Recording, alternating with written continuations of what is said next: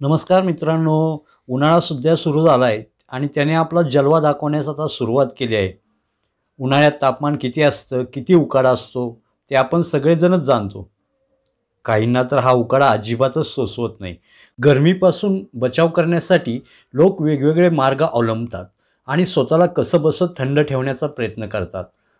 काही जण घरातील AC, कूलरसमोर बसून राहतात, तर काही जण उन्हाळ्यात स्वतःला हायड्रेटेड ठेवण्यासाठी लस्सी, फळांचा रस, भाज्यांचा रस, नारळ पाणी आदी थंड पेये देखील घेतात. आयुर्वेदानुसार उन्हाळा हा पित्ताचा ऋतू मानला जातो. म्हणूनच या ऋतूमध्ये शरीराला थंड ठेवण्याचा सल्ला दिला जातो. त्याचबरोबर शरीरातील पित्तदोष वाढू नये म्हणून काळजी घेण्यास सांगितलं जातं. आपणा सर्वांना माहीतच आहे की शरीराला हायड्रेटेड ठेवण्यासाठी दिवसातून किमान 8 ते 10 ग्लास पाणी किंवा द्रव्य पेय घेणं खूप महत्त्वाचं मानलं जातं. खरं तर शरीर थंड ठेवण्यासाठी आपण फ्रीजमधलं पाणी पितो, परंतु तुम्ही जे पाणी पिता त्याचा तापमानाचा तुमच्या आरोग्यावरही परिणाम होऊ शकतो. याची तुम्हाला जाणीव आहे का? कदाचित नसेल. आपल्यापैकी बहुतेक जण उन्हाळ्यात आपली तहान शमवण्यासाठी आणि थकवा दूर करण्यासाठी थंडगार पाणी पिणं पसंत करतात. पण आम्ही त्या लोकांना सांगू इच्छितो की थंड पाणी प्यायल्याने उष्णतेपासून थोडा आराम मिळेल, पण तेच थंड पाणी जेवढे फायद्याचं वाटतं ते पुढे जाऊन तोट्याचंही होऊ शकतो. आयुर्वेदानुसार थंड पाणी शरीराच्या विरोधात मांडलेलं आहे. जेवताना किंवा नंतर थंड पाणी पिणं शरीरासाठी नुकसानकारक आहे. आज आपण पाहणार आहोत थंड पाण्याचे शरीरावर होणारे दुष्परिणाम. थंड पाण्याचा तुमच्या पचनावरच परिणाम होतो. जे लोक थंड पाणी पितात त्यांचं पोट काही काळ थंड राहतं, पण या थंडपणामुळे त्रासही होऊ शकतो. याचं कारण म्हणजे थंड पाणी प्यायल्याने पचनसंस्थेवर गंभीर परिणाम होतात. थंड पाणी आणि कोल्ड्रिंक्स आपल्या रक्तवाहिन्या संकुचित करतात, त्यामुळे पचनाच्या समस्या उद्भवतात. जेव्हा तुम्ही थंड पाणी पिता तेव्हा तुमच्या शरीराचं पूर्ण लक्ष हे पचनावरून हटतं आणि ते शरीराचं तापमान आणि थंड पाण्याचं नियमन करण्याकडे सरकतं. त्यामुळे पचनक्रियेदरम्यान पोषक द्रव्ये शोषून घेण्याची नैसर्गिक क्रिया खंडित होते. आपले शरीर कोणतेही पदार्थ त्याच्या सामान्य तापमानापर्यंत आणते आणि नंतर पुढील पचनासाठी पाठवते.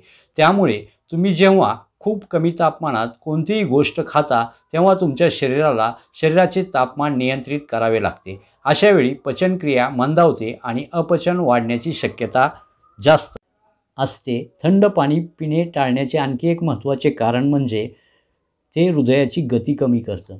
अभ्यासातून असं दिसून आलं आहे की थंड पाणी पिण्याने केवळ हृदयाची गतीच कमी होत नाही, तर एका नर्वस सिस्टीमला देखील उत्तेजन मिळतं. ही नर्वस सिस्टीम शरीरातील अनैच्छिक क्रिया नियंत्रित करण्यासाठी असते. कमी तापमानाच्या पाण्याचा थेट परिणाम या नर्वस सिस्टीमवर होतो आणि त्यामुळे हृदयाची गती कमी होते. त्यामुळे थंड पाणी पिणे टाळा. पाणी प्यायल्याने आपला घसा खवखवतो हे सगळ्यांनाच मान्य आहे, पण तुम्हाला हे लक्षात ठेवावं लागेल की तुमच्या वडीलधाऱ्यांनीही अनेकदा थंड पाणी पिण्यापासून तुम्हाला रोखलेलं असू शकतं, कारण त्यांना माहीत आहे की फ्रीजमधलं थंड पाणी प्यायल्याने घसा खवखवतो. जेवणानंतर लगेचच थंड पाणी प्यायल्यास कफ होण्यास सुरुवात होते, त्यामुळे श्वासनलिका बंद होतात आणि नंतर घसा खवखवणं सुरू होतं. कफ, सर्दी, सूज अशा अनेक समस्या उद्भवू शकतात. व्यायामानंतर थंड पाणी अजिबात पिऊ नये. जिममधील तज्ज्ञ व्यायामानंतर सामान्य पाणी पिण्याची शिफारस करतात, कारण जेव्हा तुम्ही व्यायाम करता तेव्हा भरपूर उष्णता निर्माण होते. यानंतर लगेचच बर्फाइतकं थंड पाणी पिल्यास नकारात्मक परिणाम होतात, कारण शरीराचे तापमान आणि पाण्याचे तापमान खूपच वेगळे असते.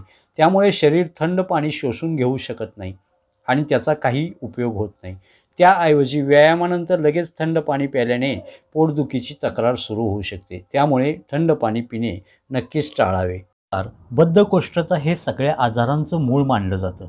बद्धकोष्ठता तेव्हाच होते जेव्हा आपली पचनशक्ती कमी होते. फ्रीजचं थंड पाणी प्यायल्याने आपल्या आतड्या आकुंचन पावतात आणि जेवण नीट पचत नाही. पोटातील जेवण वारंवार न पचल्याने बद्धकोष्ठतेची समस्या होते. त्यामुळे थंड पाणी पिणं शक्यतो टाळावे. चा त्रास होणे, वजन कमी न होणे अशा अनेक समस्या फ्रीजमधील थंड पाणी पिल्याने होतात.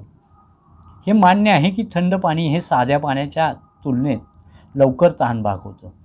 यामुळे घशाप्रमाणेच मनालाही त्वरित समाधान मिळतं. पण शरीरासाठी हे नक्कीच नुकसानदायक आहे.